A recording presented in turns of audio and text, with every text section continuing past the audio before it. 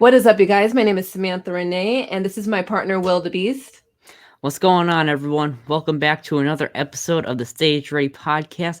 And I just want to let everyone know that we are now on Spotify and SoundCloud. You can find us under Will the Beast Fitness for all your podcast needs. And another thing that I think is pretty crazy, Sam, I don't know if you heard this, but 65% of the people that watch our videos aren't subscribed to the channel. And if they just took 2 seconds to subscribe, we'd be over the 10,000 mark. Isn't that crazy?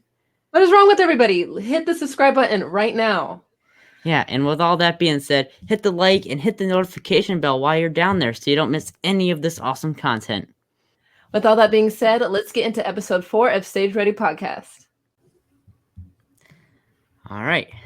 So, Allie, just want to say that prepping for this interview, I was doing a lot of research, and I know that you hate it when people use the M word towards you. And, since it's a special occasion and we're finally doing the interview, and I'm really looking forward to it. My dad said it was okay to say it.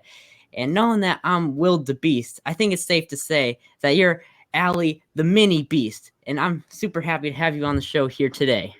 I love it. And I love that. And I am so glad to be here with you and Sam and talk and have some fun and laughs and questions. And who knows what else might come up on this interview. But just thank you for having me and look forward to speaking with you guys. Yeah, well, we're very happy to have you on here. I know Sam's excited, right, Sam? Definitely. Oh, I'm so excited. I've been waiting for this interview. Yeah. Awesome. So I like starting off all my interviews hearing about everyone's origin story. And as you can see, Sam and I are huge comic book nerds, and we like hearing characters' origin stories. So I want to start this interview off by you telling us what your childhood was like and what led you to becoming a bodybuilder. Childhood, actually, obviously, for those that don't know, I am a little person, achondroplasia dwarf. So I grew up being different. I grew up in an average sized family. And so I always had to, figure out things in life because this world is not meant for someone my size. So I've just had to kind of, as I've grown up, learn to adapt and adapt the world. Let me adapt to the world because the world's not going to adapt to me, kind of thing. So growing up, I lived an amazing childhood. I loved it. I had great friends, family. Luckily, my mom let me be Wonder Woman. I'm going to use that character because she let me do whatever I wanted. She let me figure it out. She let me determine if I could physically do it from a height standpoint. She was just, I tell her all the time, I appreciate the way she raised me and let me be me instead of her trying to force something on me because of my size. And so growing up, involved with school sports, high school sports, swim team, softball. In softball, I would play softball in high school. I was only a designated hitter because obviously my strike zone was like this and the pitchers would be like, what? Just go. And I'm like, oh, you're going to give up that quick. You're going to say, just go and not like try and pitch to me. How could you, and so I'd always kind of like, go back to those people, like to make them realize, I'm not trying not to be different. I'm trying to just fit in. And so growing up, I did all that. I was involved. There's a Little Person, LPA, Little People of America. I've been involved in that organization all my life as well. And so I have a whole nother world of friends that are like me. And even when I go see them and we go to events, sometimes it's even overwhelming for me because there's just like 3,000-4,000 people. And it's like, oh my gosh, and I never see myself as being little. I guess it's just really strange. But, and so, growing up, I did all that. And I got into fitness at 35 for my health. And part of it was because of my type of dwarfism. We have a lot of neurological and skeletal dysplasia. You could have nerve endings, numbness in the bones, fusions in your back, different things because of the nerves and because of the skeletal dysplasia of our structure. And so at 35, I was like, I'm surgery free, which is really rare at 35 years old. I was like, I need to do something about this. And so I joined the gym and kind of just took it from there. And then I started competing in 2015 because I was like, I want to be the smallest competitor for women up on that stage in the NPC, which I am currently, and 3'11". They don't even have me on when I go to register, they're like, oh, you're in class A. I mean, that's obviously a given. Can I ask, what was your first show that you did? And where was it? My first show was some local small shows. And then I did NPC shows starting in 2016. I did some of I did the Ferrigno Legacy. I did the NPC West Coast Classic. I've done muscle contests. And since then I did USAs in Las Vegas, and I did the Master USAs in 2019. That was my last show that I did. And so I took obviously 2020 kind of threw a wrench into everything for competing. And so I just decided it wasn't in my best interest to compete. So I took last year off and hoping to get back on that stage this year. Awesome.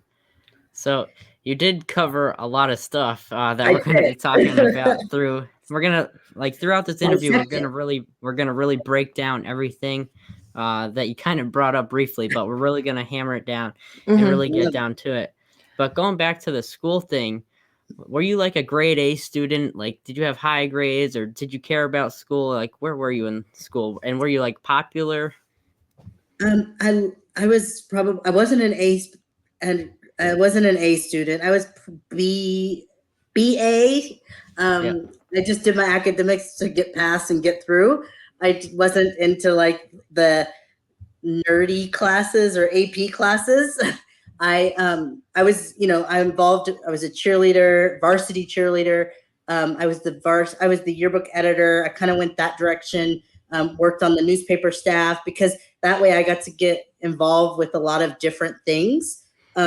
I will say I was pretty popular. I have a good group of solid friends. I grew up in Dallas, Texas, and we're just very close. And that's just how our neighborhood kind of was growing up. And we're still close friends to this day. So it's just, I was fortunate enough that I had a great group of support of friends and family growing up. Love that. I want to dive a little bit deeper, like back into growing up. What was the conversation like when you, with your family or with your parents, when they finally were like trying to explain to you that things were a little different, or what, like if things, I want to know more about that. Yeah. But like I said, my mom just kind of just let it go. Yeah. And I figured it out. I had to figure out, wait, I can't reach that light switch, or I can't reach this. I live with stools. To this day, I still live with stools.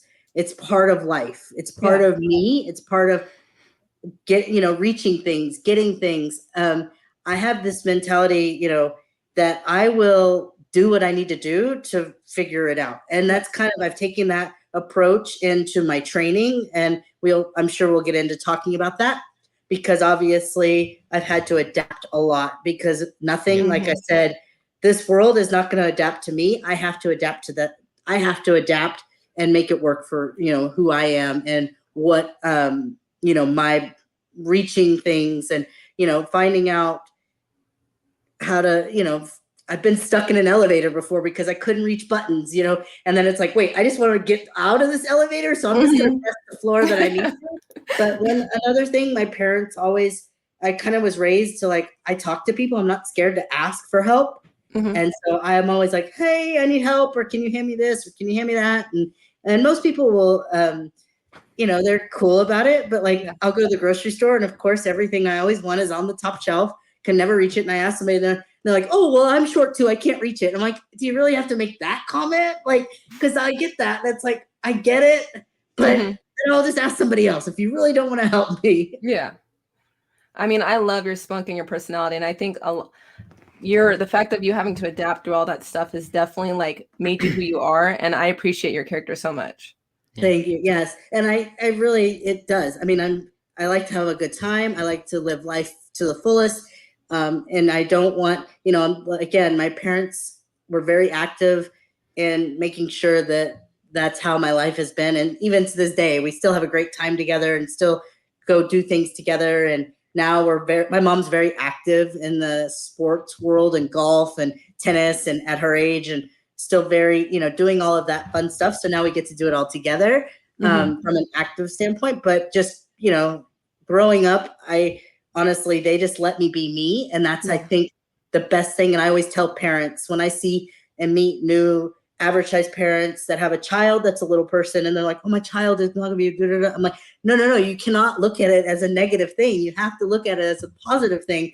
They feed you. I feed, or they're going to feed off your energy. Yeah. And I feed off my mom's positive energy. And I want other parents to know it's going to be okay. Yes, we might get bullied. And yes, I've been bullied and it's not fun. And I've been bullied recently. It was a few years ago at the gym. But and I finally was like, and I told the lady, and we got into a yelling argument. She refused to have the door closed on the bathroom for the women's locker room. Or she don't want it closed. She wanted it open. So instead, she decided to put a towel in the doorstop so I couldn't pull it out. And I was like, okay, we're going to play that game. Okay. And so, we had it out. And then after we had it out, she understood where I came from. But it was just like, why would you even think about putting a towel up there so I can't pull it out? Trust me, I'm going to ask somebody to pull that towel down. Yeah. You brought up the point of like people disrespecting you, and it kind of brought up my next talking point. And I wanted to hear how you handled like the negativity that you receive. Like, what do you just like talk it out with the person, or do you just like leave it alone and just keep going, or like what do you do? It depends on like my mood. There's times where I'm like, I'm going to go talk. Like if a kid's making fun of me, I might talk to their parents to educate the parents. If a kid's doing something, I might talk to the kid and say, do you realize what you've just said? Or do you even understand the words that are coming out of your mouth? Or when, people have called me names and things like that. Or there's times where I let it go over my head and I just ignore it and I move on. I think it just kind of depends on where I'm at and the mood I'm in and what the situation is. But I'm definitely not scared to talk to people about it because I just want to educate them as well because they may not know. And so I think sometimes that's helped with the situation. It kind of just depends on what that situation is. Do you get any of that? Oh, sorry, Will. That's all right. I was just going to say, I heard you say that like you won't like talk to the kid about it, but you'll talk to the parents. When I talked with Jamie earlier today, he was talking about how his son was being picked on. So Jamie actually got kicked off school campus because he went to the kid and he said, he went down, whispered in his ear, and he said, if you keep bullying my son, I'm going to kill you. And then he talked to the kid like that. And then he said another time a kid was like beating up his son. He went to the house and the kid wouldn't come downstairs. So Jamie went up to the room and like bust open the door and started like talking with him and everything. And Jamie's like 6'5" and he was like scaring the little kids around. And it's, him just like going to little kids saying like, I'll kill you and stuff. That's pretty intense. I don't know if I'd go that far, but I definitely have been like, kid, where's your parents? I just think it's more about, like, for me, it's more, I mean, obviously they're making fun of my size or saying things about me.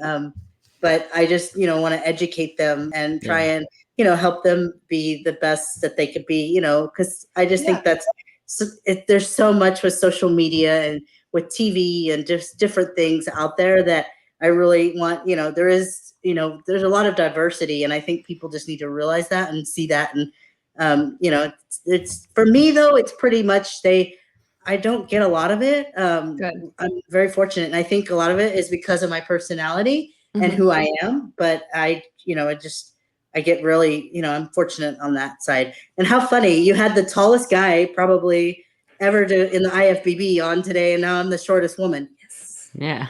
Making records on this show. Right? I do want to ask, so you say and thank goodness that you don't really get any type of negativity really like that much, but what about on social media? Is it about the same? You get more positivity? I do get a lot of positive comments. I have a great following. Mhm. They're really true. They know who I am. It's weird because I am recognized Mhm. outside of it. And even though I don't have that huge following, but like, I mean, I'll be in the middle of flying somewhere and somebody on the plane's like, Allie Q Dub, they know my IG handle.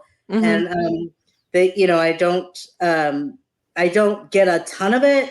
I'll get messages here and there. And some of them I just like, yeah, whatever. And Brush then like off.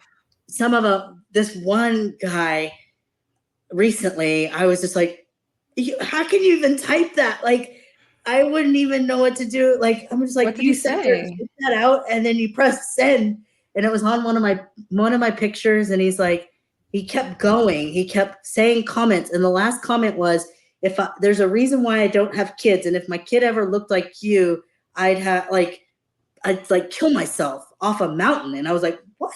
Like, who says that? And so I was like, I'm blocked. I'm blocking Yeah. you. But for most part, I get just the random, you know, I'll get a few random ones that don't bother me, but sometimes it's just like, I was Yeah. like, okay. Yeah. I can't believe that people would take the time just to say something like that. They That's do, though. crazy. That's the crazy Yeah. thing. And something that I was meaning to ask, what does your handle mean, Allie Q Dub? What does that mean?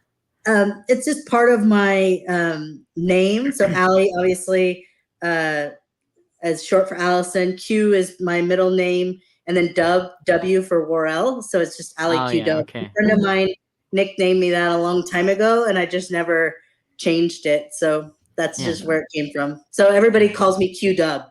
That's just that's how a lot of my friends refer to me as. Yeah, that's awesome.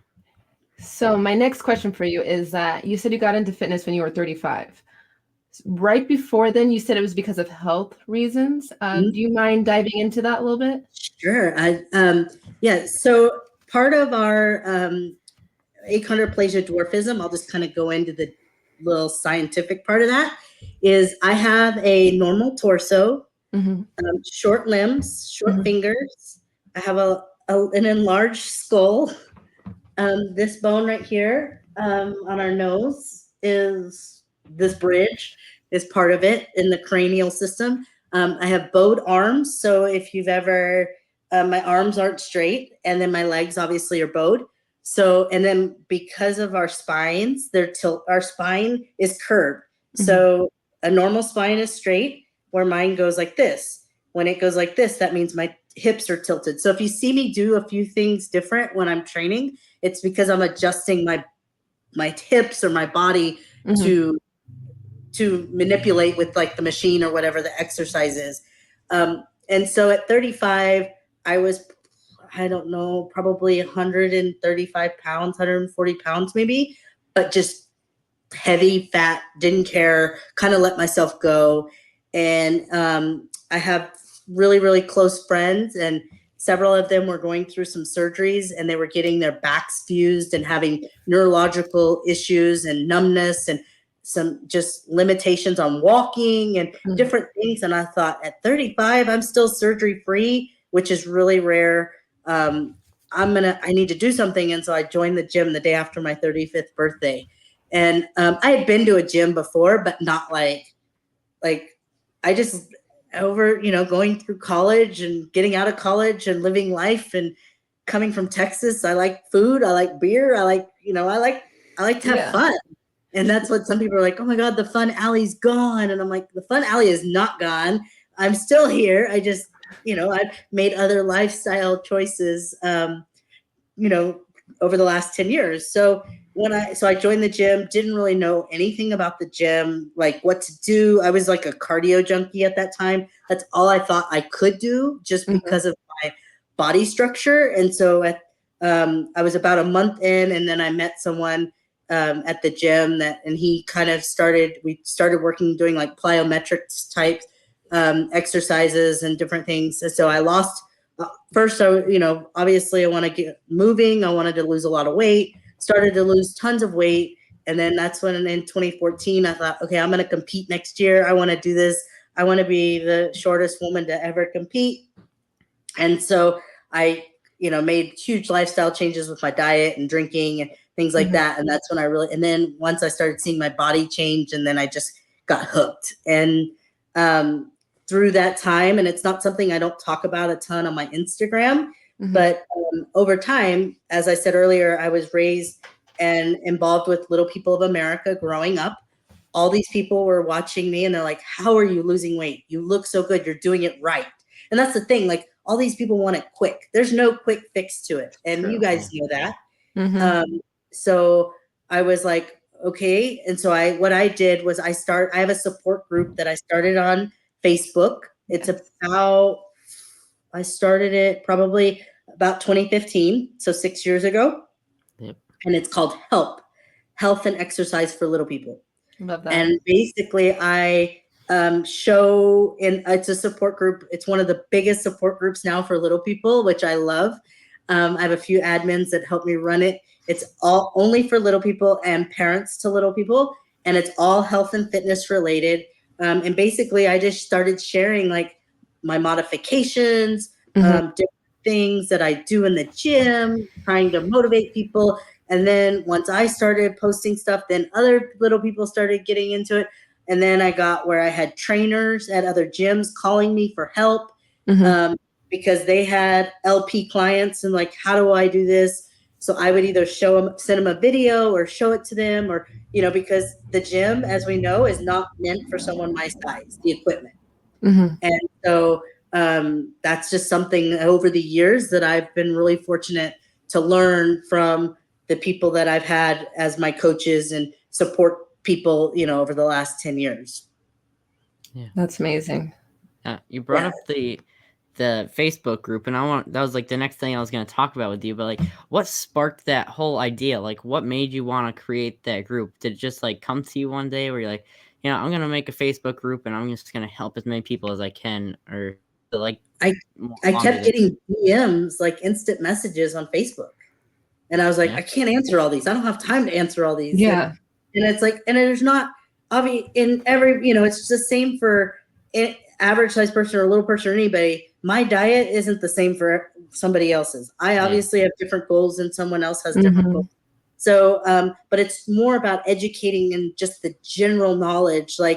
And so that's just something that I've, been able to do. I've been able to like help, people are like feared, oh, we can't do this because of this. And I'm like, well, yes, you can, but you got to do it this way. Or like going to yoga, doing different cardio things, doing weight training, obviously doing it properly. But like the cool part, like I said, is now that when I started that group, then these other people went, wow, I can really go to the gym and train and like, hopefully get in shape too. And so they, hired trainers, and then those trainers would call me or ask me questions, and I, try and help them because it's just, I want to help everyone. It's just kind of my way of giving back to the organization that I grew up in, because I don't really have other time to do other things with that organization at the moment.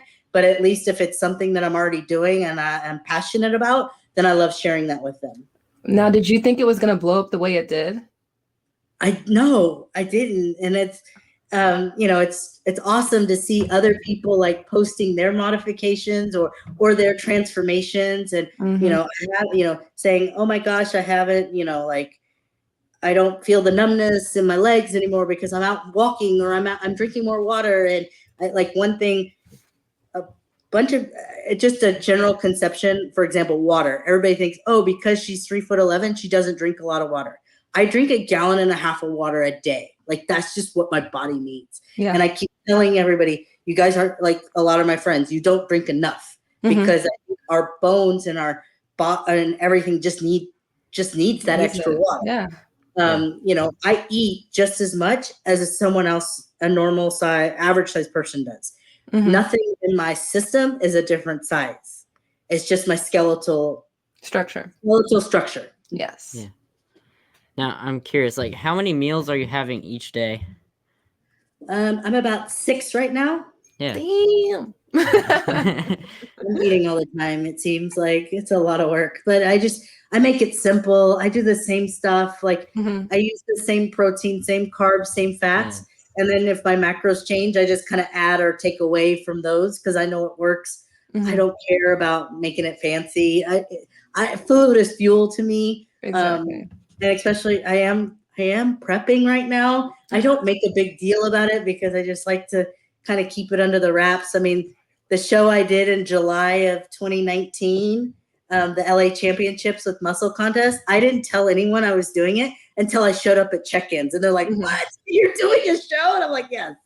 That's kind of how I like to keep it under the, only a few people knew. Obviously, my suit maker, my coach, a few people knew that I was doing it, but not like the general public. Yeah. So people had some speculations, but they didn't know. Like, I'm not one of those 5 weeks out, 10 weeks out. Yes. So I am prepping for a show and like the show I wanted to do, I realized, oh wait, I didn't compete in 2020, so I gotta qualify again. So I'm doing a local muscle contest show later this summer, so I can do some of the national shows later this fall. Nice. Awesome. I have seen you a couple times around like the muscle contest shows. Yes, they're good people. It's a good group. I like going, and I like going now too, just to support them. I, support people that are competing. It makes such a big difference to have that support. Even my teammates that are competing, and I just love being in that environment, and it's just something that warms my soul. I love going to the Arnold. I love going to Olympia, seeing those people, going to different gyms, and doing that whole thing. For you competing the first time, what was it like for you? Was it like accepting and awesome, or was it like the other way around? Like, what was it like for you? It was really, they accepted it well. It was just different. Like I said, I did a small non-NPC federation for the first couple of shows, just to kind of see if this is really what I wanted to do. And then once I did an NPC show, I was like, oh yeah, this is definitely something I want to continue. Obviously I've learned over the last several shows, my body is different. Again, because of my size, I hold water. My dry out is way different than anyone else's, I think. Do you mind diving into that a little bit? I am very curious. Like, it's a lot. Like my coach that I have now and I have figured it out, but like, I mean, obviously I drink a lot more, but then I cut it back way quicker. Okay. Way sooner than a lot of other people. Like some people won't cut water back until, right until the end, but I got to cut. I mean, I'm starting to cut it back like Monday before. Do you keep your sodium in the whole time, or do you cut that at some point? We keep it in for the most part. Yeah. Got it. Yeah. But it's just been learning, and it gets better every time. And just, trying to figure that out. But, my body, I have as much skin as an average size person. So if if there's extra skin, it's just fat and water deposits. So that's why it's like it's a lot of work, but I love it. It's so much work. But like even LPs, I mean, I'm sure you've seen, I'm pretty proud of my arms, and every LP is like, how did you get your arms like that? And I was like, it's a lot of work. It's not, I mean, we all have it. There's muscle under there. It's just trying to peel it all back over time. Got it. Do you feel like it's harder to add muscle on than, like, does it take more, like a longer amount of time, or? Yes. Legs have been the toughest. I finally have figured it out over the last, the current coach that I've been working with since we started working together about almost 3 years ago. Who is your coach, by the way? T4 Bodies is the team name.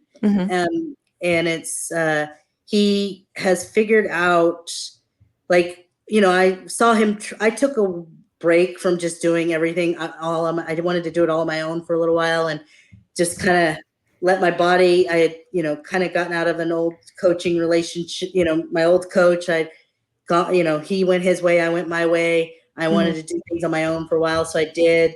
And then I saw this guy coaching people, and I was like, I just want to see what he could do, like train me. And I wanted to be the challenge, which I was. And so, like, I mean, obviously leg extensions has been the hardest thing for me to like do on a machine, because I can barely reach the machine with my legs being as short as they are. Yeah. And so the very first time I saw him, I was like, okay, here, I want to figure out how I can do like leg extensions, seated leg curls, different things like that. And so he's like, you know what you need is you need a chair. And I was like, okay. So I was like, I'll go to the school supply store, and I bought a kid's chair, kept it at the gym. And so we basically, for leg extensions, if you've seen me, I hook up to the cable stack machine. And then we take the cable underneath the machine, and I have ankle straps on, and I use the cable stack. And so that's how we do leg extensions. That's how now I do seated leg curls, different things. So it's kind of like, it was like, you know, I thought I knew how to modify stuff. And then when I started working with him, it basically went to the next level. So it's been a lot of fun just trying to, you know, even learn more about what my body can do. And finally my legs have, like, the last time I got on stage was the first time, like, I've had full, like, quad separation and different, you know, the full leg. And like, I'm like, my leg is, you know, tiny, but it looks like an average size leg. Because when I'm on stage, I'm judged just like everyone, the same criteria as everyone else. I'm not treated any different. And, you know, I'm up there, you know, just in the class A. And so it's definitely, you know, obviously from a posing standpoint, I have to, you know, manipulate some of the poses because of my body structure. And so we just, you know, I keep chipping away at it every day. And hopefully one day, you know, obviously my dream is to be an IFBB pro. And I'm the type of person, I'm not going to give up until I have my pro card. Yeah. Got it. I just gotta say, I absolutely love your attitude towards everything. It's so positive, and it's just absolutely awesome, especially towards everything we're talking about. I love hearing everything you're talking about. And you did bring up a topic that I wanted to talk with you about, and that's like adapting to the machines. So like, could you tell us about like what your favorite thing or the hardest thing? Well, you said the hardest thing was the leg extensions, but like, what's like your most favorite thing like you adapted to like use? Well, recently I mean, like, I can push weight. Like, obviously, I don't know if I can squat 315. That's my max. I won't do that alone. I will only do it with certain people. I've obviously having 315 pounds on my back and weighing about 102 pounds is a lot of weight. And obviously, if something were to happen, I'd want the people that are spotting me to make sure that they can, you know, get that weight. But you know, I can push a lot of weight. But like, one thing I transferred was from doing regular bench pressing. I now do it on the floor. I set it up in the squat rack, and then I pull it up and I lay on the floor. And I found that for me on chest day, that executes my chest a lot better because I'm able to, with my spine, I'm able to really get it onto the floor and not use other parts of my, like my shoulders or my back or any other parts of my body to try and push the weight, which is what I was doing. And so I can really like fully do full chest and get full execution with that. So it's just like finding things like that. I mean, I use like Bosu balls if I need to, or I use an ab mat. I use whatever it is. I just try and adapt, you know, what it is. I use a lot of bands. I use, you know, whatever, you know, I can still use a Smith machine and still use different machines and different things. And I use a lot of those as well. I just also manipulate things my way. You have a signature like modification that you've had? Like, what are a couple ones that you can say for us? Let's see. Well, obviously the leg extensions, and I don't show everything because it's like I don't like to give all my secrets out. But like for back day, if you ever watch any of my back videos, I wear hooks. So they're deadlift hooks. So my hand with the grip, it's really, I can't grip a lot of weight with it for pull downs and things. So I use the hooks, and I'm able to, you know, pull down with the hooks a lot more weight. I recently started doing these, it's like a seated deadlift but like a rack pull, but with dumbbells. So I sit on something, so my feet are on the ground, dumbbells are on the floor, and I literally like sit up and just sit up straight, you know, like a deadlift, but it like totally is all lower back. And it's like, whoa, where did this come from? We just randomly tried it and it worked. because obviously, trying to sometimes stand on stools and lift weight can be dangerous Tricky. Yes. and tricky. Definitely. So it's just, I don't, I try and just do what I just, I kind of have like my 6 or 7 different exercises. Obviously shoulders, I use a lot of dumbbells and cables. I don't have to modify that stuff. Yeah. Front squats, I use a cable stack machine. I stand on a high plyo stool, and I've posted videos. I put ankle straps around my wrist, and then I do front squats with the cable from the bottom, pulling it up. Yeah. I think one of the things that I think is really cool that you do, I think I see it a couple times, and I think it's for your hamstrings, and it's like that little wheelie cart that you have.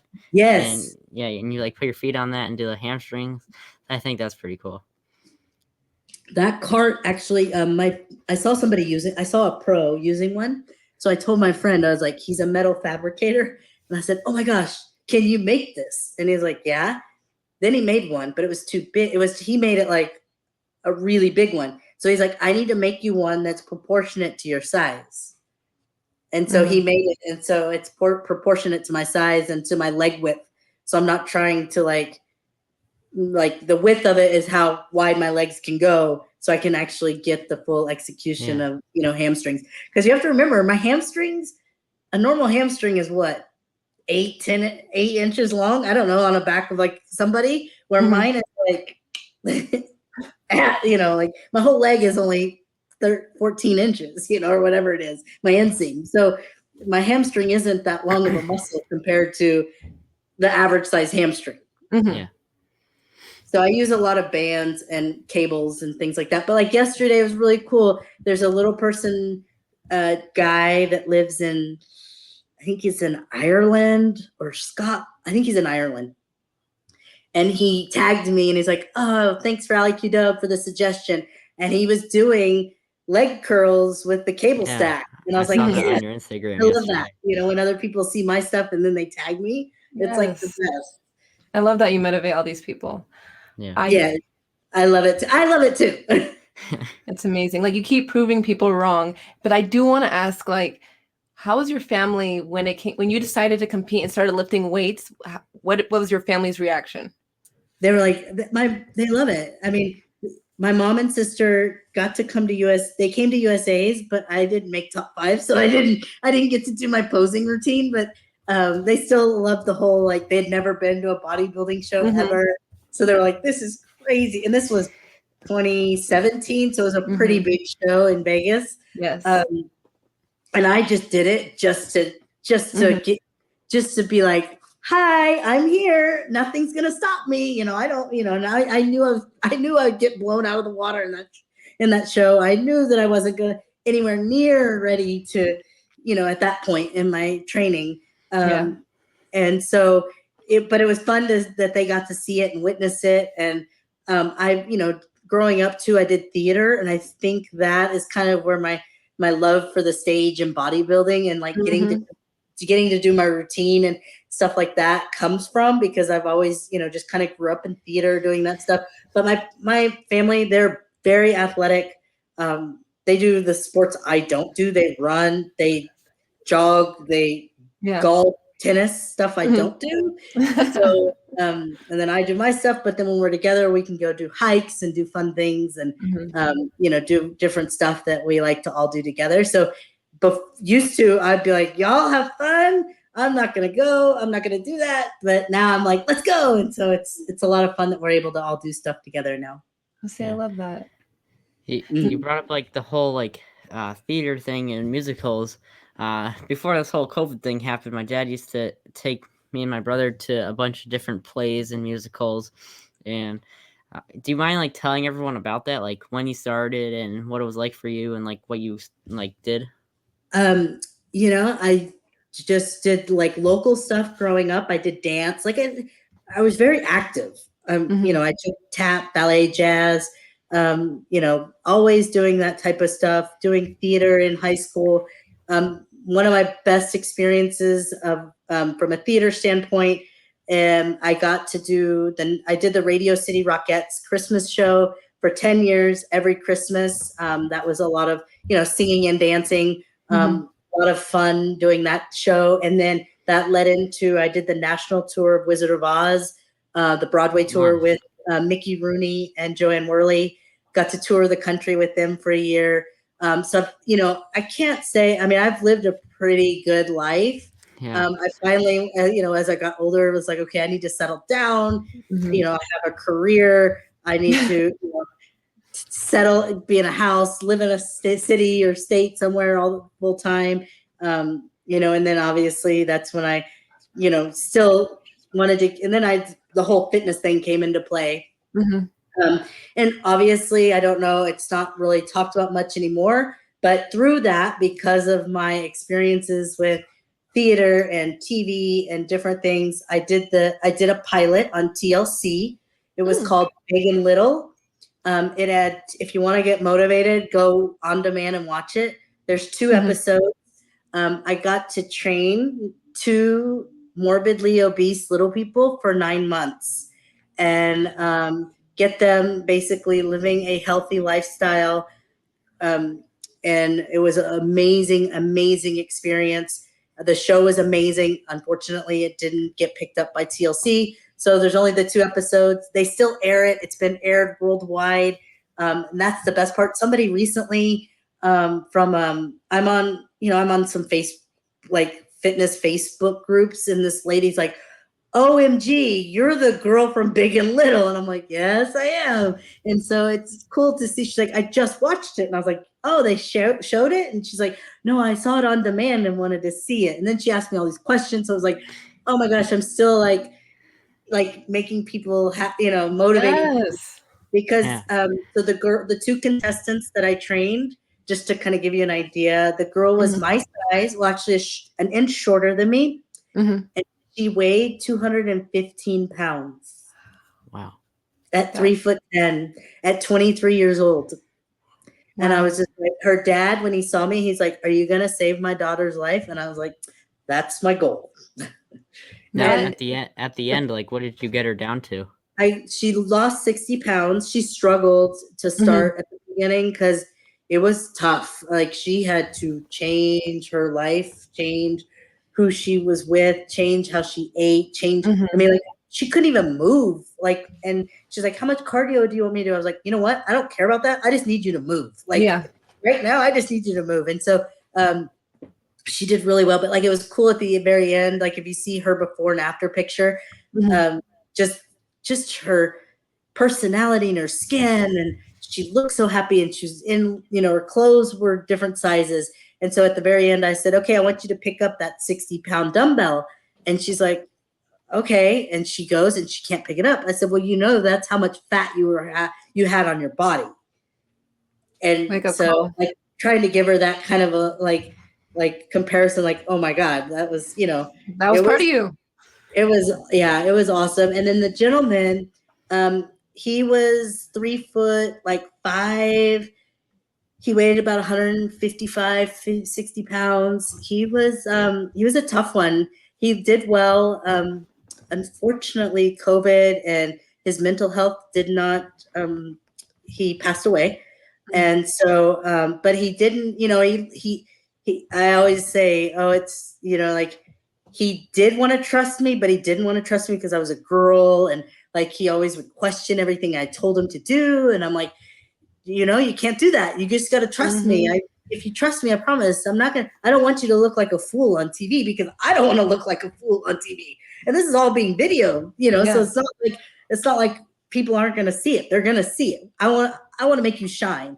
So it just took, he struggled, but he lost weight and he looked good, and he could move, and he could, you know, do his little thing at the end, but he didn't, like, and the minute he's like, I'm going to go get on a shake diet. And I'm like, don't do that. Like he wanted the easy way out. And I'm like, you cannot, this is not easy. It's taken me, even to this day, 10 years later, I'm still chipping away every single day. It's not something that happens overnight.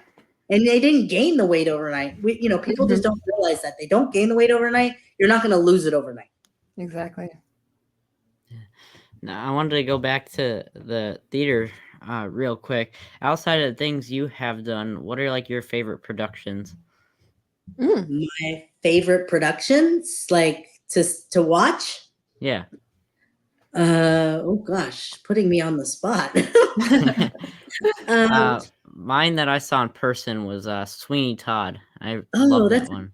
yeah, that's a good one. I liked like the the obviously the Cats and the one just stuff on Broadway. I would go see Peter Pan, different things. I don't know. I like live theater. I love live music. Like starting to see concerts come back. I'm like, oh my gosh, I would love like I to. just love like one thing you'll hear me. I love to sing, and I now have obviously cardio equipment at home. But when I would go to the gym, they knew when I was on prep because I would sing and I have my headphones on, but you can't see me over like the treadmill. So the people are like, who is that singing? Like, and I just sing. I still sing to this day. Like I have my headphones in. I don't care. People look at me. I'm like, whatever. Girl, I love that. Do you want to give us a sneak peek?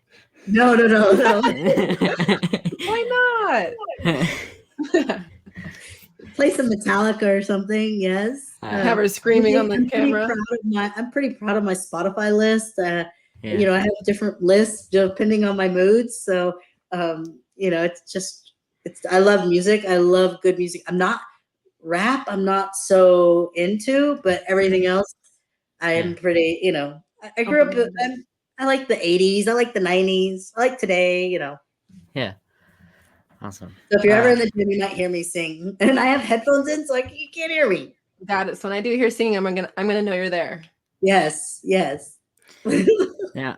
I wanted to talk with you about like what you are doing currently. I know that you're in prep right now. You were talking about the shows that you're going to be doing, but like outside of that, do you have like anything planned like that you're working on that you could tell us about, or is everything still like under wraps, or do you have anything in mind? I don't really have anything else planned at the moment. No? As far as fitness, I also I do have a full-time career that I work in, and I work for a national home builder. A lot of people don't know that because I don't share a lot of that. But occasionally you'll see me on job sites in a hard hat, and they're like, "You work in construction?" And so that keeps me pretty busy. Luckily, my company is really big on health, so they're like totally support me when I like am competing and doing things, and into just like when I went to film for the TV show, I was doing that all while I was working. And so I'm very fortunate that I have a great group of people I work with. They do hate my food smells occasionally when they allow me to heat fish up in the microwave, but they hate it. But they allow it. They're like, oh gosh. And then they know when I'm on like full prep or something. And then peak week, they're always like, take the vacation. That's the week you're not nice. And I'm you're you're cranky. Peak week is like, I'm tired, I'm hungry, I'm thirsty. It's like everything. So I've learned that I save all my vacation and take it like towards that time. And it's cool because they're very supportive of it. So they know that I'm always eating at meetings or eating in this, and they like, they're always asking me for diet hacks and different things or whatever I'm doing, and whatever. I have a whole kit at my office. The refrigerator's got like all the mustard and different types of mustards and things like that, because I'm like, I literally cook there. As far as from fitness, it's super exciting that things are starting to pick back up. I like to travel with some of my sponsors and do different things with them and events. So hopefully more and more will come up, and I'll get to obviously last year the traveling was at a halt, but hopefully that will get to pick back up and do some more of that, do some more filming. I've wanted to do some more filming in the gyms, but they weren't allowing the extra people at the gyms that I go to. So, but they are now. So I'm hoping I can start getting back in with the videographer to do some more videos and things like that. Because I train by myself. And that's another question I get all the time. People are like, I want to train with you. I want to train with you. I was like, guess what? I don't want to train with you. I like to get in. Well, if it's another little person, probably like on a shoulder day, that's easy to train with somebody because you're doing laterals with dumbbells or cables and things like that. But when I do legs, it is a pain to set up for me, and then I got to reset it up for somebody else. don't want to train. And my time is so, because I'm, I get up in the morning, I do cardio, I go to work or work my full 8 to 10 hour day, and then I train at night. The last thing I want to do is spend 5 hours at the gym. I'm in and out in an hour. And people think I'm there for hours. I'm really not. The thing about social media is I could take all my pictures and do whatever, and I can post it 5 hours later. Yeah. I don't have to post it when I'm there. Yeah. And so I train alone, so I don't, and I'm trying to get in and out, so I don't do a ton of videos unless I have time, or somebody's there, or if I'm at one of my gyms, there's some people there that know how to really videotape or take pictures. I'll ask them, but otherwise I'm just like in and out and trying to get it done. And so that's why I need to get some more new footage, because I just haven't, but this last year, again, luckily the gym closures here in California, I was out of a gym for about 6 weeks. I did have a secret location. Sorry to cut you off. Wait, where are you based at in California? I live in Southern California. So I'm in Corona area. Got it. So I live a little east of Orange County, LA. I never go to LA. But got it. So during COVID, you guys had a little bit more stricter shutdown. Yeah, it's been pretty strict here. So I just, luckily I have a couple of gyms that they said we're not closing, and I got through it, and got to do all the training. And I have, luckily, this is my cardio room at home now. I have a step mill, I have an elliptical, and I just bought a kid's spin bike that's pretty badass. And so I think I've sold like 12 of them. I'm like, do I get any money for that? Literally the day I posted my spin bike on Instagram, it blew up from little people. Wow. Where did you get that bike? Where did you get that bike? But I'm like, okay, this is what it costs, and this is what it's going to cost you all in to get the parts to make it fit you. And here's the link. So I set it all up on Amazon, and I just send them the link to that. But it's like, it's awesome. It fits as well. And it's for me, it's actually been better on my hips, and not as, obviously a step mill, the steps are so big that I have to really I don't go fast, because I need to I don't want to trip. Yeah. And I do want to ask real fast, because you were talking about something, and you said you travel with your sponsors. I just wanted to I was like, who are her sponsors? Real fast. So I'm currently with, I have a few that I'm associated with. HD Muscle for supplements. I am also with Urban Ice Organics. It's a Kratom. I'm a big Kratom fan, big Kratom user. And then Celestial Bodies. I just was in Vegas with her for her last launch for pants. So everybody's always asking about pants and where I get my clothes from. And then TC1 Gel. I've traveled a lot with them to the different expos and different things. So those are my main people. Got it. When Sam and I talked with Melissa Bumson and Courtney King on our last episode, they couldn't get over, they were so excited to hear that you were a part of Celestial Bodies. I love Celestial Bodies. It's so, I love their clothes. I wear them all the time. and another thing, go ahead. Oh no, Celeste and I met years ago. I've been an OG, of hers forever. And the pair of pants I wore on Friday night, somebody's like, oh my God, you're finally wearing those. And I was like, I'm always a week behind in the releases, because if it's regular pants, I have to go get them altered. I can't just wear pants off of the rack. And I'm very, that's one of my pet peeves, is people not getting, pet peeve in general for little people is not getting your clothes altered to fit our bodies, because it makes the illusion of our body look so like if you have it fit right, we look right. And so, and you don't get as you don't stick out as much. So I'm very big about getting my pants altered. I just figured out, and it's awful. Lululemon, I love their pants too. I will wear a lot of them. But they now, if I tell them in the instructions, I know what the alterations need to be. I tell them the instructions, they alter it and then send it to me. I don't even have to go to the store. And I'm like, what? Yes. Oh, I love that. So wait, do you have to get most of your clothes altered? Got it.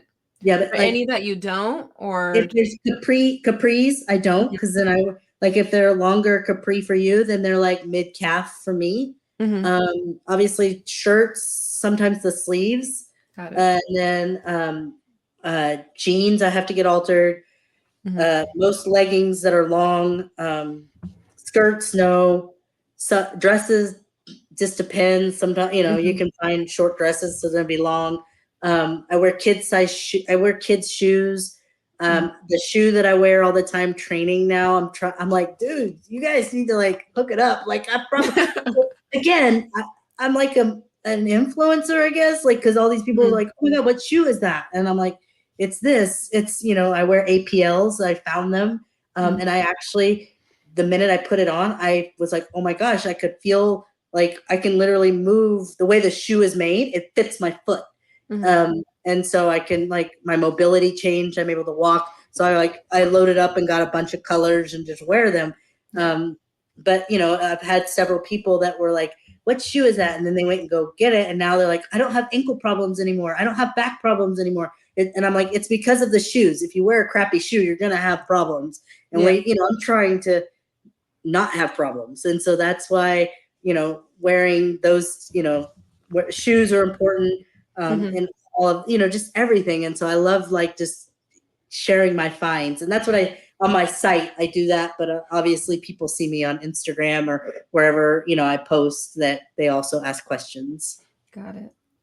So I think we have like 2 questions left, and then we have some fan questions to get to. Okay. And the first question is not like bodybuilding related, and I wanted to talk with you about like some of your favorite hobbies that you do outside of bodybuilding. So like, what do you like to do in your free time, and what are some of your like guilty pleasures? Well, I love spas. I love to go get massages. I love shopping. In the past, I've been very crafty with like card making and things like that. I haven't done that in a while because I just haven't had the time. I love naps. I was never a napper. I never napped. And now that I'm older, I'm like always napping. I love it. Yeah, I think we have the like same my hobbies. dad. Yeah. I love, just driving. I'm super excited to start traveling again. Yeah. Just going to, my parents are in Dallas. So I felt like there was a time where this last year I couldn't go see them just because my company had some restrictions on us, how we were traveling, because I was still going to work every day and things. So just like having that freedom to go travel, go to Vegas. I love going to other like cities and like going to meet people in other places and seeing friends. I have friends like all over. So just even going to the beach, besides, I know it's fitness related, but I love like yoga, and they just opened a studio right by my house. So I've started incorporating that more. Like yesterday, I swear I passed out during Shavasana, and I was just like, I didn't So want to relaxing. I So was just clearing my mind, and just hanging out with friends, concerts. I'm not a big, I don't drink anymore. So I'm not a big, I don't go to bars. I mean, I will, but I don't like, that's not something I have to do anymore like I used to. I guess you can. 2 things. One, the first like metal concert I went to was Zakk Wylde, Black Label Society. And at the end of the show, the drummer was throwing his drumsticks, and he threw it into the crowd, and I was like at the top level, and somehow it got up there, and I was able to catch the drumstick, and it's still in my room, and I have that, and I don't think I'm ever gonna get rid of that because it was just like an awesome memory. You can't. No. I know, yeah. And 2, you brought up Dallas. Have you ever been to Destination Dallas, that like famous like now like famous like bodybuilding gym, or I like actually, hot I people are never going? have. It wasn't there when I lived there. It wasn't there. And then the last time I went, it was moving. Like one of the times they were moving because they just moved to the newer location. But there's another gym in Dallas that a couple people own called the Hidden Gym, and I like training there a lot. But I want to go there. I love going to like, I've gone to the original Metroflex, and Arlington. And and obviously my fitness stuff all started when I was here in California. So it didn't I wasn't a gym junkie when I lived in Dallas. I've been in California now for 23 years. So I consider this my home. I have my house here. I don't want to move back. It's close enough to go visit family. And I love the weather here. I love everything. Yes, it's a little crazy at the moment, politically wise, but I think we're almost through that. Yeah. Hoping. So I'm a big, I think I have a problem legitly, but I am obsessed with movies and obsessed with TV shows. I want to know what your genre and kind of movies you like and TV shows. Let's see. So I love from movies. I'm a big 80s John Hughes fan, 16 Candles, Breakfast Club. I mean, I grew up with that. I can go back and watch all of those. Like last week I turned on, I don't know, it was maybe Amazon Prime, and I was like, what movie's on here? And it was the original Footloose. And I was like, I'm going to watch it. It was just random old movie, good music. I like comedies. That's kind of the stuff I watch.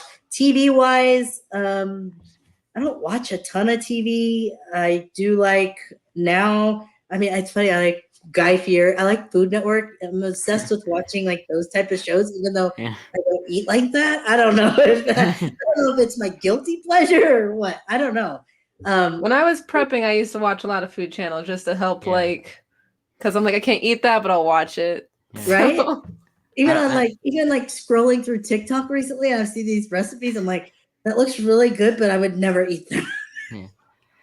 I don't know if you ever heard of a chef named Ming Tsai, but he has his own Food Network, and I actually went to his restaurant a couple of years ago, and it was the first, and I was able to meet him, and he was there at one of those nights, and I couldn't believe that. So we got a picture together, and I was always watching him before on his awesome. Food Network, and it was so awesome being able to meet him and eat his food, and it was pretty crazy. That is cool. Awesome. Yeah. I've never gone to Guy Fieri's restaurants or anything, but I love watching diners, dive-ins and drives where he goes around to the different places and finding the different finds or whatever it is he does. I don't know. I don't know. I've watched that. I watch random stuff on TV. I don't watch a ton. I have some obviously podcasts. Will, I came across your podcast because of Fuad. I was a big Luke. I loved Luke Sandel and Fuad together. I think when they said there was only 10 girls watching, I was probably one of the 10 girls at the beginning. I got a chance to meet Luke at the Arnold in 2019. And so it's just I love that podcast. I call it my Meathead Science. We're what do you watch? And I'm Meathead Science. I don't know. Because I watch that. Obviously the guys at HD now have a podcast that's really good. Dennis James has his podcast. There's so many good podcasts out there that I just put them in my queue and I'll watch them while I do cardio or watch Bro Chat at night while I'm sitting there. On TV. It's fun to watch it on the TV instead of just listening to it because they show some of the things. And then obviously, Sam, I've seen you with Flag Nor Fail and different things, and just seen you through the years. And I know you've trained at Lift Factory. I love those guys at Lift Factory in Vegas. That was a surreal moment for me. In I think it was 2019. That was a good year. Or 2018 Olympia. The Lift Factory kept saying, oh, you got to come to our gym. I was like, okay, I'll come in there. And I'd just done a photo shoot. It was Friday night of Olympia, or maybe Thursday night it was maybe one of the nights right before Olympia was starting. I walk in and one of the owners is like, oh my God, you're here. And I'm like, yeah, I just came to train. He's like, stop.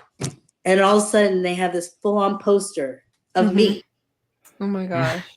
And they're like, you need to sign this for our wall. And I'm like, me? I'm nobody. Okay. They're the sweetest people. I swear, all of them. All of them. So nice. And so I love training there. I train there every time now I'm in Vegas. But So it's funny because somebody one time was like, "Oh my God, you're on the wall. Flex Lewis is right here. Stanimal's right here. You're right here. Somebody's right here." And I'm like, "Yep, I'm stuck in the middle." Mhm. And that was kind of the same thing, because about a year ago in March, Machiavelli Motivation posted a thing on me, and it was very random. Like all of a sudden, my phone was blowing up, and I'm like, I'm just me doing my thing. Like it wasn't anything like out of this world. And it was like, and then he's done. Now he's posted a couple, and it's just like it's cool. And then like people were at the gym, like, wait, you were just on Machiavelli Motivation. I was like, yes, I was. Like they're like, how'd you get that? And I'm like, it just happened. I don't know. That's awesome. The first Well, I was just gonna say, since we're talking about like surreal moments, like what is your most surreal, memorable moment, like in total, with all that? Going that, like just some of those instances, but also like so when I did Master USA's in 2019, I won the Class A under 35, and so I got to do the overall, and it was the first time I'd ever been up for an overall. And so getting up there with me and the girl that's 6 foot tall, all doing the mandatories, was like the most surreal thing. And seeing pictures, it looks like a cell phone bar because it's like, but it was like everybody's like, you held your own up there. Like you were up there against the tallest girl that won her pro. She went pro, and they were only giving one pro card for each class. And they're like, you were like, you didn't give, you just had fun. And that's the thing I love about stage is I just get up there and have fun. Like right now I'm still an amateur. Like I pay a lot of money to do what I'm doing. Like no one's paying for my gym memberships and my food and my this and that. I'm doing it all for me. It's a very expensive hobby, and I love my hobby, and I have a passion for it. And obviously I'm healthy and fit, and I like being fit. And I like that I look 10 years younger now than I looked 10 years ago.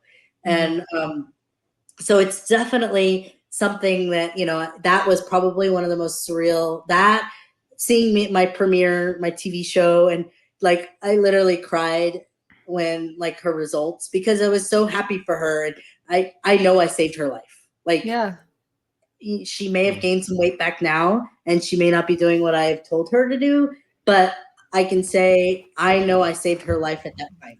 And to me, that's very heartwarming, and just, I feel very accomplished with that. When I interviewed Seth Feroce, he was like one of the guys that I watched, and he was like the main guy for me. I started watching him about like 6 years ago when I first started doing fitness stuff, and when he came on the show, I think I cried about like 3 times in front of him. I love that. I couldn't help it. I couldn't help it because he like changed my whole life, and it just changed everything. And then he gave me like the open invite to go down to his like private gym, and I'm gonna be doing that like summer break. And it's just, do you need a training partner? Call me. I'll fly. That's so awesome, though. Like it's cool. And this industry, there's such great people, and that's the thing I love about it. Like you go to the Arnolds and the Olympias, and I've met all these people and Olympians and just amazing people that it's like one big family, and everybody cares for everybody. I mean, look, like you. Obviously you did the 5 questions with Fuad, and then it blew up, and like everybody, you've had some great people on your show, and now you have this thing, and you're, getting your audience and getting awesome guests, and thank you for having me. I feel so awesome to be here. And like some of my friends were like, you're going to be on that show. That's so awesome. So it's so cool that the way it all kind of just all works. All works. It's like, it used to be 6 degrees of separation, and now it's like 3 degrees. No, I mean, even for me, like, so my biggest inspiration, my biggest idol was Dana Lynn Bailey. Like, since I started lifting everything, and then crazy, like years later, then I get a message saying, oh, we want to hire you for modeling. I was like, what?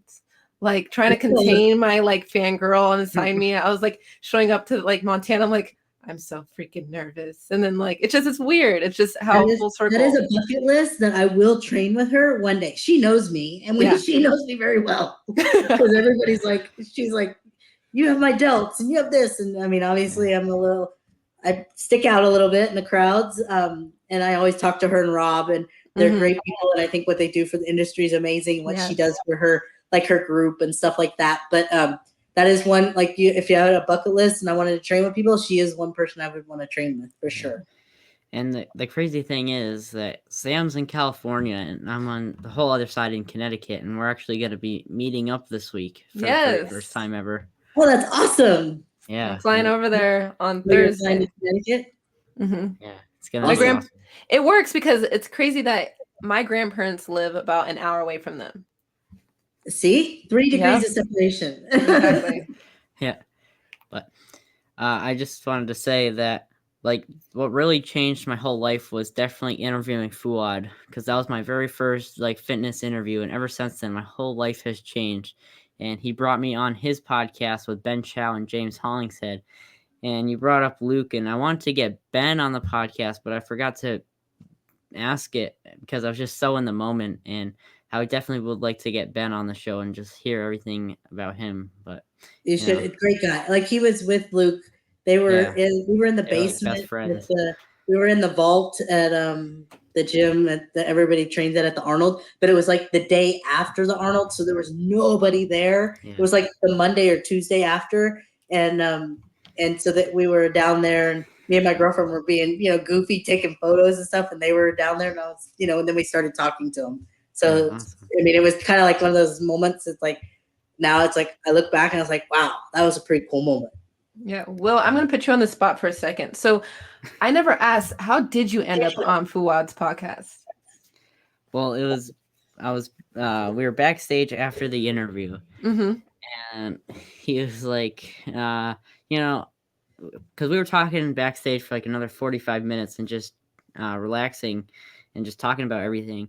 And he was like, who's like the number one guy that you want to come on? And before I answered, he was like, I can get Chris Bumstead to come on because I know that's like everyone's kid's favorite. And I was like, no, I want Seth Feroce to be the next guest because he was the one that was like my big inspiration.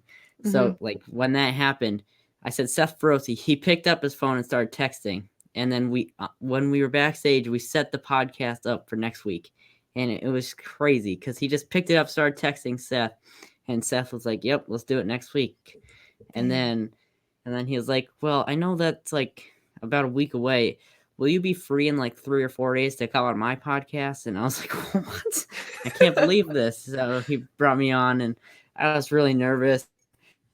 It was absolutely awesome. And I still can't believe that happened. I still can't believe that all this is happening. That's awesome. Yeah. And and they're great. They're great podcasts, and they're great people, and it's just awesome that the way it all happened for you. Yeah, it is crazy. But so proud of you, not gonna lie. And I love that you guys met. I didn't realize you guys met because of comics, which is did. That's so cool. Like it's awesome. Yeah, and it's crazy that I'm getting like all these messages from people like saying how I inspire them, and like I don't have a phone, so everything's on my mom's phone. So my mom's phone's constantly blowing up with people just like texting me, and so yeah, it's just. You got a new coach, right? Yep, Terrence Ruffin. He's a good poser. That's good. He's good. Yeah. We had such a connection when he was on here. He likes comic books, and I just think we really hit it off. And I was like, I need you as my coach. You're absolutely awesome, and we have such a good connection to each other. So that's great. That is so cool. But on the other note, you want to get to some fan questions? Sure. Oh, yeah. All right. Uh-oh. Do you want me to start? Whatever you want to do. All right. Well, I have a 2-part question for you. Okay. So what was your most important accomplishment, and what was different about your life after the accomplishment? Well, I would say just my most important accomplishment is kind of the things that I've talked about is, my TV show, the success with the people that I trained, seeing them live a healthy and change their lifestyle to a healthy lifestyle. Obviously me winning, competing just in general. Like I have a lot of accomplishments. I don't have one just good accomplishment yet because I don't think I've achieved that one ultimate. Did one affect you more than like any others? I think just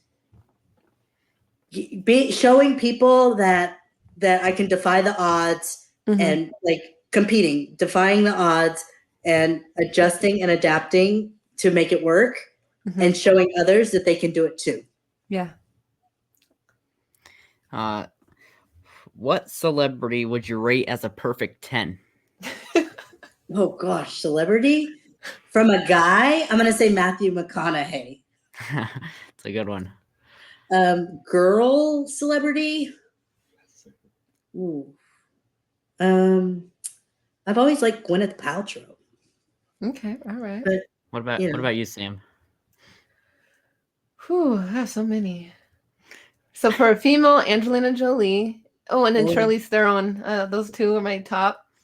For a guy, oh, this is so hard. What is the guy's name that plays the new Dracula? It's something Ethan, Evan. Dang it! Do you know what movie I'm talking about? He was also in the new Hobbit movies. I can't remember his name, but Evan. I think it's Evan something. But I'm in love with him. He'll never be in love with me because he's gay, but I love him.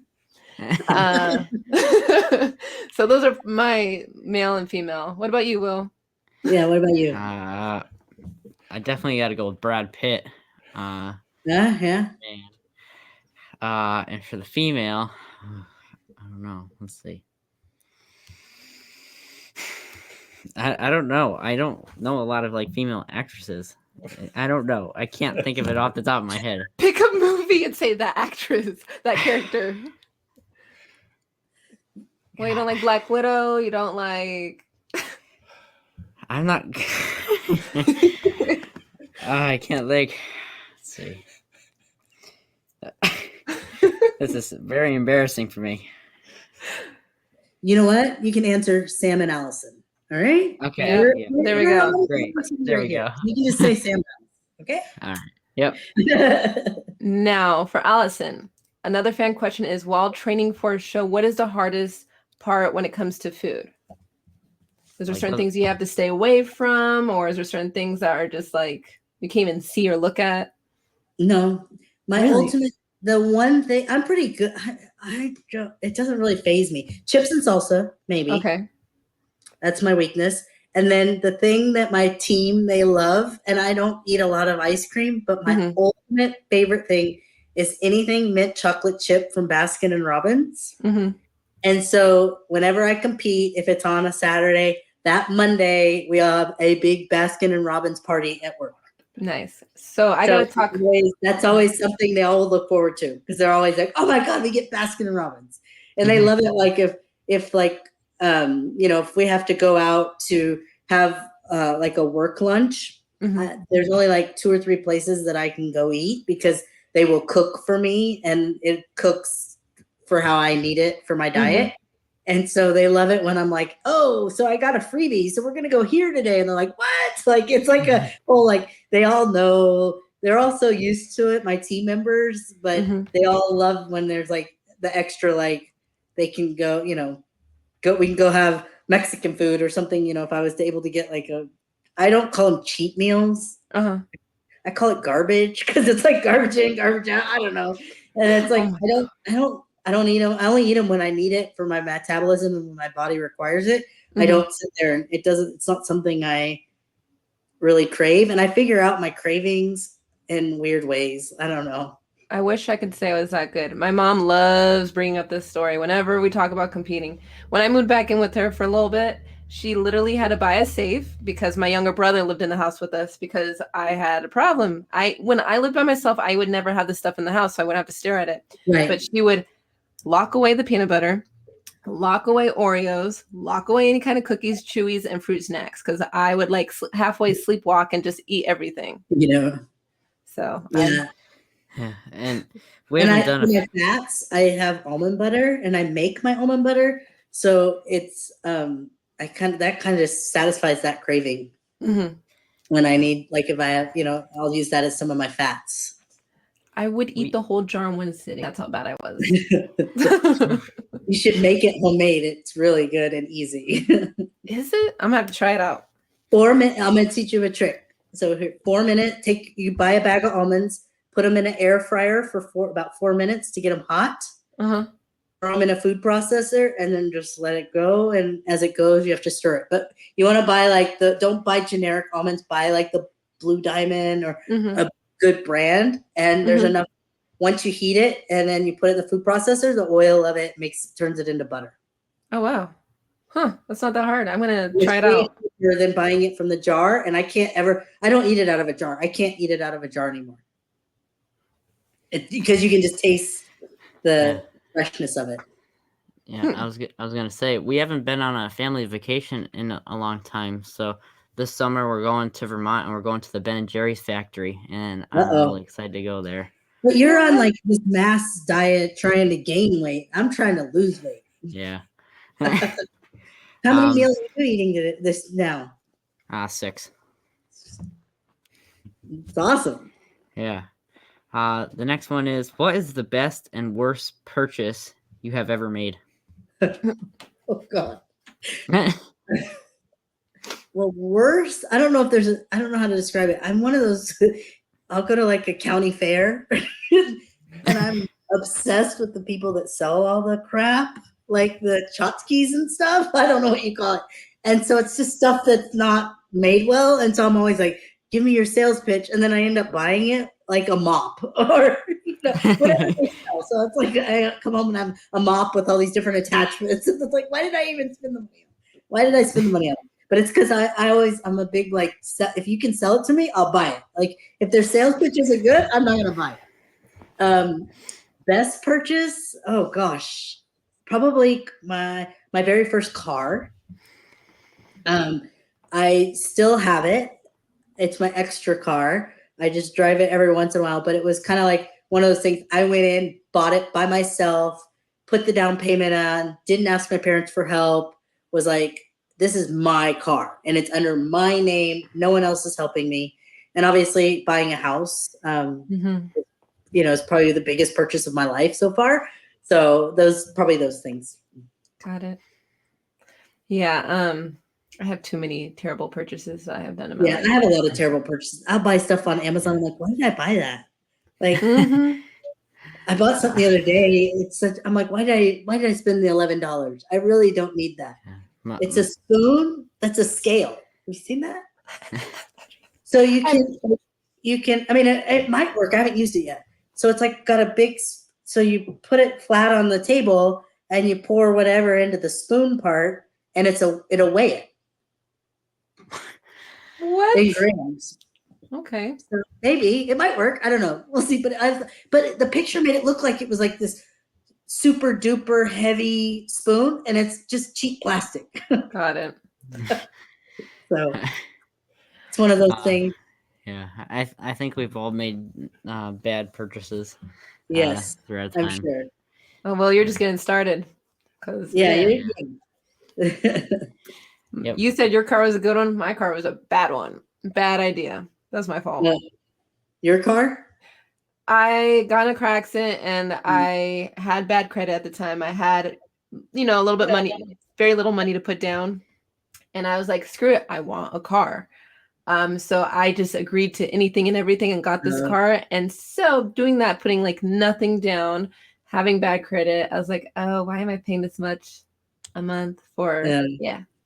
And I'm stuck with you. So. Well, sometimes as an adult, just making those decisions can be tough. I do it a lot. My dad recently ordered a pair of jeans because he needs a pair. So he bought a pair and he ordered his size. And when they got here, he couldn't get it up past his calf. So he ended up giving it to me. So there you go. Yeah. Yep. The internet can be tricky. It can be Like you're like, oh, that looks cool as you're swiping through. And I know. all these girls are like, I'm gonna get the TikTok leggings. I was like, don't waste your money. I promise you. Don't waste I know. But I want to hop onto another fan question real fast. Mhm. So when you're done competing, do you have like a go-to meal or a meal that you just crave that you can't wait to eat? A very good juicy fillet. Mm. Like with butter. Like Mhm. where you go and it's like comes out and All it's the like dripping with flavors. butter and it like because yes, I can eat steak right now, but it's like so like tough and chewy. Yeah. It's Yep. not the same. And so I'm not a big it's weird. I don't do dairy, so I don't do pizza. I don't, there's just certain things that people want to go get, and my body really does react weird when I start like just create like if I've been eating so well and then all of a Mhm. sudden I throw something into it, it's just like what? So I have to be really careful about it. I do like a good burger and fries, a good 4x4 from double, In-N-Out with some Mhm. fries, but it's I just kind of I don't know. The last couple of shows, it was always a steak, Yeah. Hmm. like a steak dinner and a glass of red wine, Mm. and like veg, just like Yeah. everything that comes with that. I'm kind of interested to know the next question. If you could know the absolute and total truth to one question, what question would you ask? Oh gosh, who asked that? Just kidding. If I could, okay, so repeat that again. If I could ask, If you could know the total truth to any question in the world, what question would you ask? Like I would ask if aliens are real. Mine's close to that. probably, yeah, something like that along those lines, maybe. Or is it really life on Mars? Like, I mean, Yeah. I don't know, Pluto. I don't know. Any like the whole space thing, Mhm. in general, like people living in a spaceship way out beyond is all fascinating to me. I love watching like rocket launches and things like that, and the whole new SpaceX stuff. Just to see, it's just fascinating that all the science behind it. Mhm. Yeah, I went to see Neil deGrasse Tyson in a I don't know what you call it, but we were at the Bushnell and he was doing like a I don't know what to call it. He was doing like a lesson on the whole thing, and I was like so intrigued for most of the show. But when I got to the end, I was like almost falling asleep because it was very late at night and it was like basically taking a whole nother school class. But I was really intrigued by it for the time that I was like really like paying attention. But I ended up falling asleep. So I probably would too. I went to see my boss one time. He's like, "We're gonna have a team builder." And the one movie I'm not into is Avatar. He's like, "We're gonna have a team builder. We're all gonna go to Avatar." I was like, well, "I'm going to take a nap." Ah, my Took a heart. nap. I'm a big sci-fi nerd. I Yeah. can't help it. But so my next question for you is you were saying that you eat about 6 meals a day. So competing, do you feel like your diet is different than most females, or is it pretty much the same? Like getting ready for a show. I think it's pretty much the same. I'm more of a higher protein, higher fats person than carbs. Got it. That's just how my body works very well with high fats Mm-hmm. Okay. and Okay. protein. And but I think for the most part, yes. I Mhm. hate vegetables. What? I'm not a big veggie person. I'm pretty much zucchini, broccoli, and then when I have to incorporate asparagus, I incorporate that. But pretty much those are, and then spinach. But those are pretty much my go-tos. I'm not a big like bell pepper Mhm. and one. I just like make it simple. So Yeah. What's your it go-to doesn't- carbs? Just curious. my what? Your go-to carbs? Because I know you say you don't do a lot of carbs, but what is your go-to? White rice, cream of rice from Pride Foods, rice cakes, and oats. Pretty Got much basics. Mm-hmm. I don't do well with potatoes. Like certain things just don't don't digest well or don't work well. And you have to, obviously, I figured that out over time. Yeah. What ridiculous thing has someone tricked you into believing? Yeah. Oh, I'm sure there's something out there. I don't know. Hold on, I got to think about that. I'm terrible. I am terrible big sister. It's my sister's birthday today, by the way, but I've gotten her to believe so many things that weren't even close to being true. And then my parents were like, Sam, what's wrong with you? There was one time we ate at a Mexican restaurant, and we had this soup that had like little tiny noodles in it. I'm like, we're eating worms, right? You told her that? Yeah, she believed it, and she believed it for years. I didn't know she believed it for years, but she was like, "Oh, we're eating that worm soup." I was like, "I was kidding." So My sister and I used to have these we used to fight growing up, but now we're like best friends. So we always laugh about the different things that we would tease each other or do to each other. She always thought I was special and I got extra, attention. I was like, no. did she ever try and convince you to believe something that wasn't real? Oh, I'm sure she has. But I always also used to like get mad at her for being around with me and my friends, and which she couldn't be around us. And I'd be like, leave us alone. And then she'd like peek in. And so then I'd yell at her, just the whole sister thing. Yep. When I was, I remember this one because it wasn't too long ago. And it was about like one of my interviews, and it was when I was going to be interviewing Seth, and my mom didn't know about it yet. So I was like, Mom, guess who I'm going to be interviewing? And she was guessing like all these fitness people. And I guessed her like celebrity perfect 10. And so the person that like she loves. And have any of you watched a show called Supernatural? Yes. Mm-hmm. Yeah. So I told her it was Jensen Ackles was going to be the next guest on the podcast. And she she thought it was so real. She was freaking out. And she was just going nuts about it. You're like, sorry, Mom. No. Yeah, it's not. You're grounded. You're terrible. But Not gonna lie, I've done that to my mom. Yeah. All right. So. Anything else? Do you ever think of designing equipment for little people? I actually have. It's just so expensive. Like my ultimate goal is to have, I would love to have a gym where it's got regular equipment and then it's got like the 4 or 5 pieces that are custom made for me. Ultimately that would be something I would love to do. It's just expensive. I don't, it could be possibly something down the road that, I would participate with. But obviously, if I ever owned a gym, that's how it would be. Nice. Sam, I'll let you choose the last one. The last one? Okay.